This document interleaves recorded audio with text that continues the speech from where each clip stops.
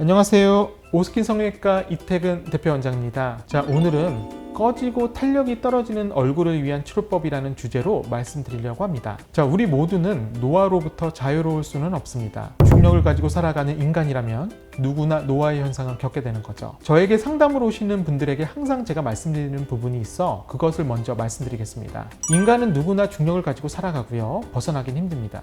특히 동물이란 존재는 시간에 따라 자연스러운 노화 현상이 진행되고 결국에는 죽게 되는 것입니다. 성형외과적으로 시행되는 수술도 저는 이 중력의 영향, 노화의 영향을 무시한다면 결국 부자연스러운 결과로 나타난다고 생각합니다. 성형수술이라는 것은 하나의 목표가 아닌 나의 삶에서 삶의 질을 높여주는 도움의 역할을 주는 첨가지가 되어야 합니다. 우리가 늙어가는 데 있어서도 좀 더 곱게 늙어갈 수 있도록 도와주는 역할이 그 무엇보다 중요하다고 생각합니다. 시간의 흐름에 따른 얼굴의 지방의 변화를 보여주는 그림입니다. 35세 전체적으로 잘 유지되는 얼굴의 지방의 볼륨은 45세가 되면서부터는 중안면의 지방의 소실과 중력의 영향으로 인해서 지방의 처짐이나 그리고 근육의 처짐이 나타나게 되고 다음과 같이 이전에 비해서 분홍빛의 근육이 미치는 면적이 늘어나게 됩니다. 55세가 되면서 확연한 지방의 소실이 이마와 앞볼 쪽에 나타나게 되고요. 입 주변과 심술보라고 불리는 조울 쪽으로 지방의 쌓임이 관찰됩니다. 얼굴의 볼륨의 소실은 처짐을 가속화시키면서 이는 곧 나이 든 얼굴로의 변화를 뜻합니다.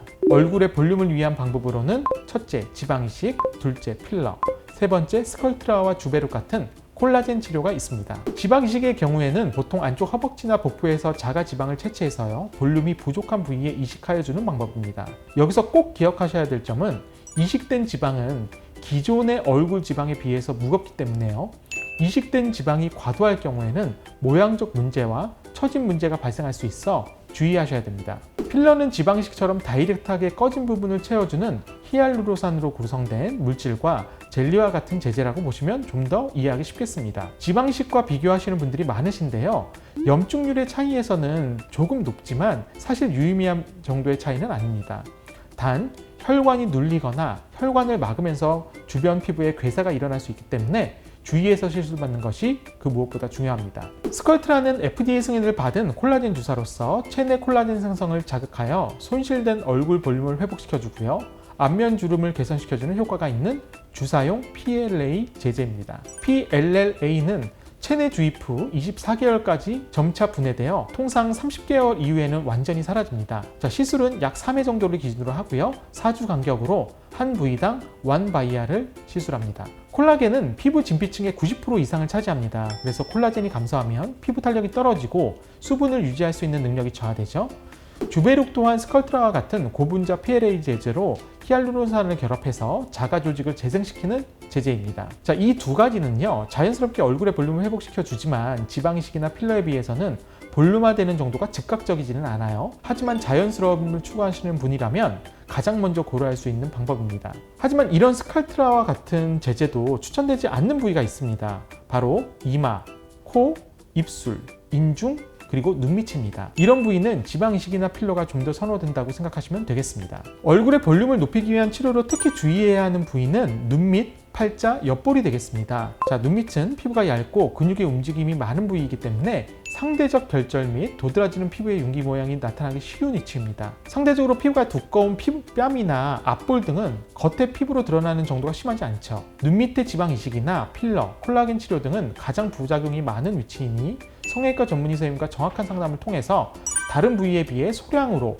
정확하게 치료하는 것이 중요합니다. 얼굴의 볼륨을 회복하면서요, 팔자주름을 같이 고민하시는 분들도 많으신데요. 자, 팔자주름은 근육의 움직임이 많고 인대로 인해서 뼈에 박혀있는 구조입니다. 처짐이 가장 많이 누적되는 부위이기도 하고요. 그래서 다른 부위에 비해 노화가 빨리 진행되는 부위입니다. 이런 해부학적 구조의 영향으로 인해서 지방 이식이나 필러 등을 했을 때 그 효과가 지속되기 힘든 부분이 있습니다. 옆볼의 경우에도 그 해부학적 구조를 잘 파악하는 것이 굉장히 중요합니다. 광대 아랫부위는요, 받쳐주는 뼈가 없는 구조거든요. 그러니까 과도한 양의 지방이 이식되거나 필러가 주입되면 처짐이 발생하기 쉬운 위치고요. 적정량의 정확한 위치에 이식해 주는 것이 그 무엇보다 중요합니다. 팔자와 옆볼은 근육의 움직임도 많은 부위고 개인적으로는 스컬트라와 같은 콜라겐 시술을 좀 더 추천드리는 부위입니다. 자, 케이스를 보면서 한번 결과를 보겠습니다. 다음 환자는 얼굴의 볼륨이 부족해서 지방 이식 시행을 하셨던 분으로 앞에서도 설명드린 주의점을 지키면서 수술을 하셨던 분입니다. 1년 후 경과를 보시면 자연스럽게 볼륨화된 얼굴을 얼굴을 보면서 좀 더 매끈하고 탄력 있는 얼굴형을 보여줍니다. 두 번째 환자분은 이전에 얼굴 전체에 지방 이식을 하셨던 과거력이 있으신 분이에요. 옆볼과 앞볼의 꺼짐으로 스컬트라를 시행했었던 분으로 1년 후 사진입니다. 자, 자연스럽게 볼륨화된 부위 확인할 수 있습니다. 마지막 환자분은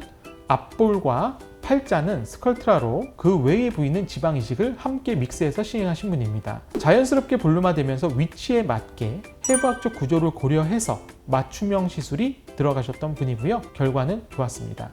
자, 오늘은 꺼지고 탄력이 떨어지는 얼굴을 위한 치료법이라는 주제로 말씀드렸는데요. 본인의 얼굴의 해부학적 구조, 그리고 본인의 얼굴의 탄력을 전문의사님과 잘 상의해서 나에게 어떤 방법이 가장 좋을지를 고민하시는 것이 가장 중요하겠습니다. 오늘도 여러분 모두 행복하시고요. 저는 오스킨 성형외과 이태근 대표원장이었습니다. 감사합니다.